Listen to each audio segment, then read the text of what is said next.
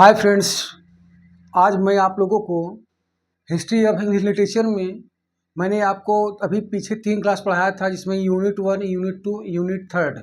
आज यूनिट 4 हम पढ़ाएंगे आपको। मतलब यूनिट 4 में हिस्ट्री ऑफ इंग्लिश लिटरेचर में डार्क एज जो है एंग्लो सैक्सन पीरियड में बहुत ही इम्पोर्टेंट पीरियड है। एंग्लो सैक्सन पीरियड आप लोग को पता है मित्रों, आपका जो है कि 476 एडी से 1066 एडी तक आपका एंग्लो सैक्सन पीरियड था।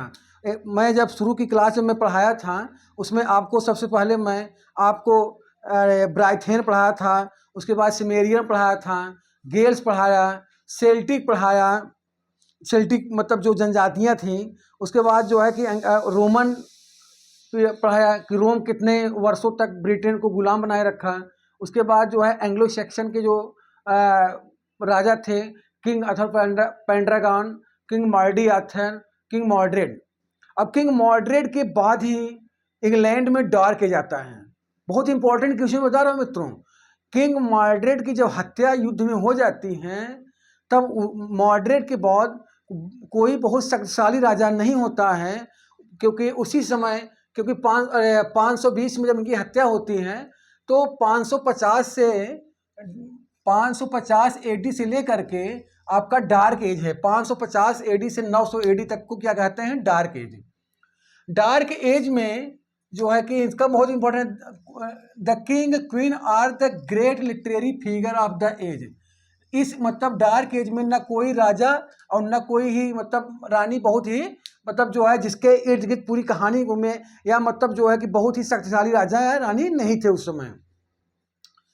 बट ड्यूरिंग दिस पीरियड, लेकिन उस पीरियड के दौरान England become the store house of different independent nation. मतलब डार्क एज के समय जो है इंग्लैंड जो है अदर राष्ट्रों की अपेक्षा जो है कि मतलब इंडिपेंडेंट हो गया था। स्टोर हाउस मतलब वो मतलब स्टोर हाउस हो गया था। और डार्क एज के समय नो लिटरेरी डेवलपमेंट अकर्ड।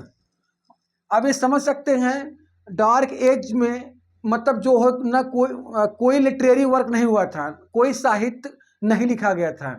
साहित्य तभी लिखा जाता है, किसी भी देश का साहित्य तभी लिखा जाता है जब उस देश उस राज्य का जो राजा होता है शक्तिशाली हो, और कवियों को या जो पोएट है उनको आश्रय दें और उनको जो है कि मतलब सपोर्ट करें। तब जो है कि पोएट या कवि जो होते हैं वो जो है कि लिटरेरी वर्क साहित्य लिखते हैं। लेकिन डार्क एज में कोई राजा शक्तिशाली नहीं था, इसलिए जो है उस समय जो है लिटरेरी वर्क का बहुत ज़्यादा मतलब लिखा नहीं गया था। ड्यूरिंग दिस पीरियड, उस समय के दौरान dark age mostly English was product of unknown poets. मतलब डार्क एज के समय जो है इंग्लिश जो है आपके जो है कि जो अननोन पोएट मतलब लिखी गई, लेकिन अननोन पोएट के नाम से।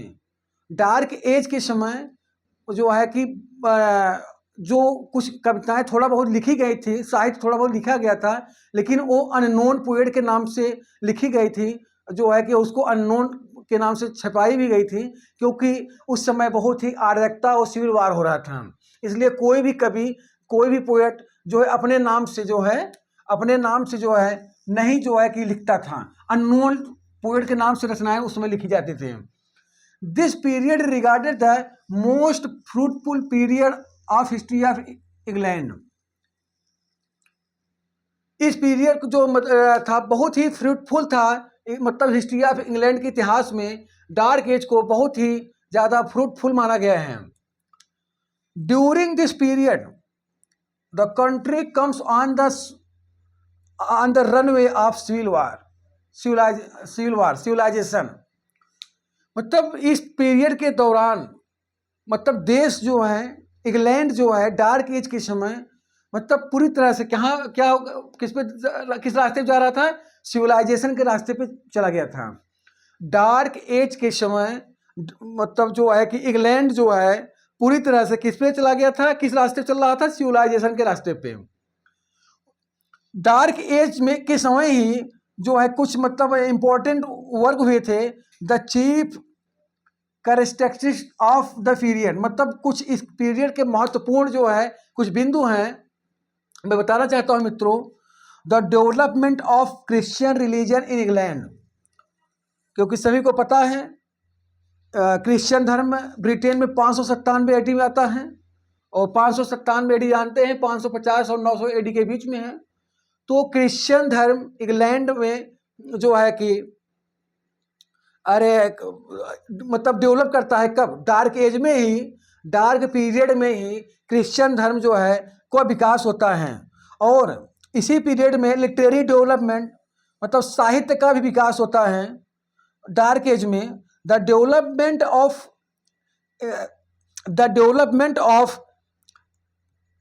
इंटरनेशनल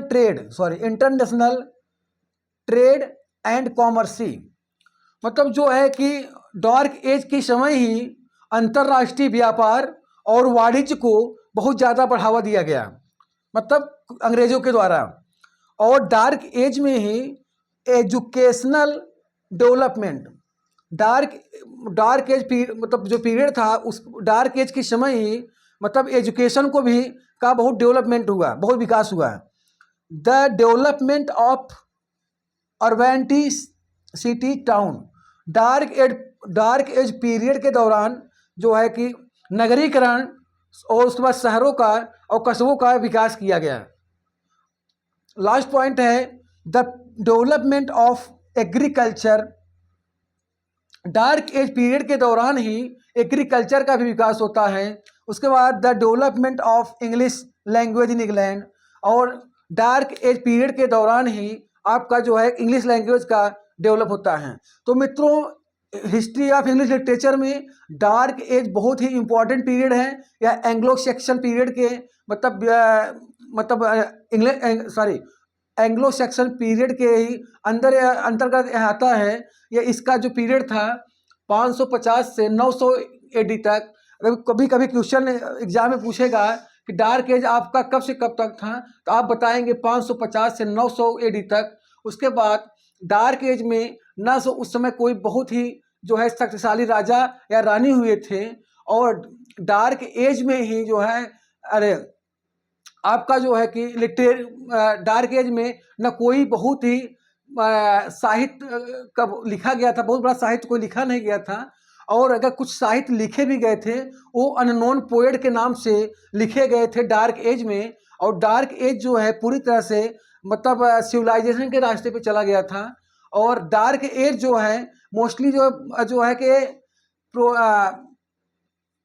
ये जो है कि क्या बोलते हैं कि फ्रूटफुल पीरियड मतलब हिस्ट्री ऑफ इंग्लिश लिटरेचर का माना जाता है।